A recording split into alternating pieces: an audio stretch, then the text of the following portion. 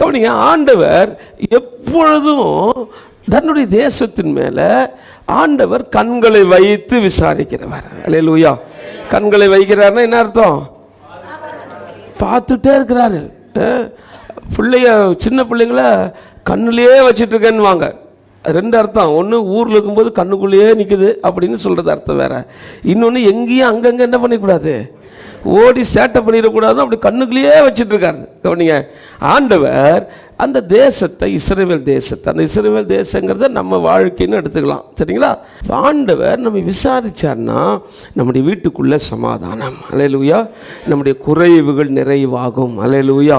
கர்த்தருடைய வார்த்தை அதுதான் சொல்லுது. கர்த்தர் நம்ம விசாரிக்க விரும்புகிற ஆண்டவர். அல்லேலூயா. விசாரணைங்கிறது ரெண்டு விதத்தில் சொன்னேன் இல்லையா? ஒன்று, தேவைகளை சந்திக்கும்படியாக விசாரிக்கிறது. இன்னொரு அர்த்தத்தில் பைபிள் எங்கே தெரியுமா வருது? அவங்க தவறு செய்யும் போது அதை என்ன பண்றாரு? நியாயம் விசாரிக்கிற ஆண்டவர். அல்லேலூயா. கவனிங்க, தவறு செஞ்சா என்ன பண்றாரு? வந்து, ஏய் நல்லா தானே இருந்த, என்னாச்சு, ஏன் இப்படி நடந்துச்சு? கவனிங்க, கண்டு காணாம போகிறவர் கிடையாது. அவர் நம்ம மேல எப்பயும் கண்களை வைத்திருக்கிறவர். அல்லேலூயா. அல்லேலூயா. குறைவுகளை நீக்க மாத்திரம் கிடையாது, நம்மளை பரிசுத்தமாகவும் நம்ம மேல கண்களை வைத்திருக்கிறார். அல்லேலூயா. அவர் நம்மை ஆசீர்வதிக்க மாத்திரம் கிடையாது, நம்மை சரியான பாதையில் கொண்டு வரவும் கண்களை வைத்திருக்கிறார். அல்லேலூயா. ஆனா என்ன தெரியுமா நினைக்கிறோம்? நமக்கு ஆசீர்வாதம் தரதுக்காக மாத்திரம் விசாரிக்கணும்னு நினைக்கிறோம். அவர் நம்முடைய தவறுகளை கேட்கக்கூடாதுன்னு நினைக்கிறோம். இந்த கால சமுதாயம் அப்படிதான். பொதுவாகவே பிள்ளைகள் என்ன தெரியுமா நினைக்கிறாங்க?